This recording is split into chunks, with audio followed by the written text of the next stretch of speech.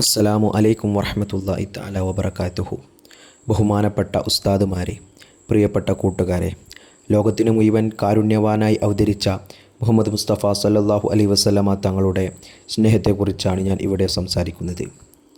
സ്നേഹവും കാരുണ്യവും മാത്രമായിരുന്നു പ്രവാചകരുടെ ജീവിതം.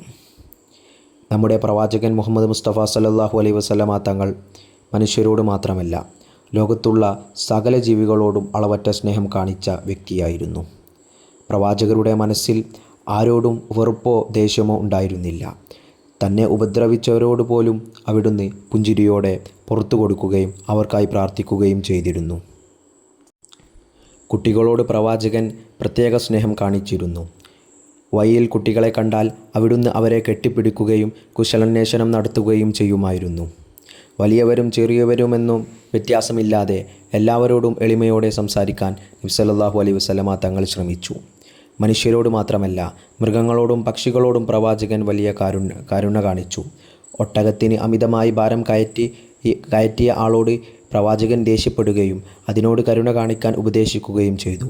ഒരു കിളിയുടെ കുഞ്ഞുങ്ങളെ കൂട്ടത്തിൽ നിന്നും എടുത്തപ്പോൾ ആ കിളിയുടെ സങ്കടം കണ്ട് കുഞ്ഞുങ്ങളെ തിരികെ വെക്കാൻ അവിടുന്ന് കൽപ്പിച്ചു. ചെടികളും മരങ്ങളും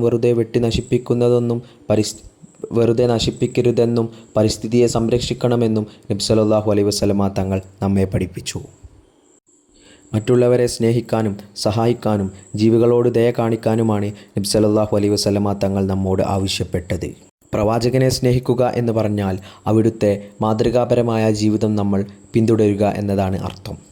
അനാഥരെ സംരക്ഷിക്കാനും പാവപ്പെട്ടവരെ സഹായിക്കാനും എല്ലാവരോടും നല്ല വാക്ക് സംസാരിക്കാനും നമ്മൾ തയ്യാറാകണം.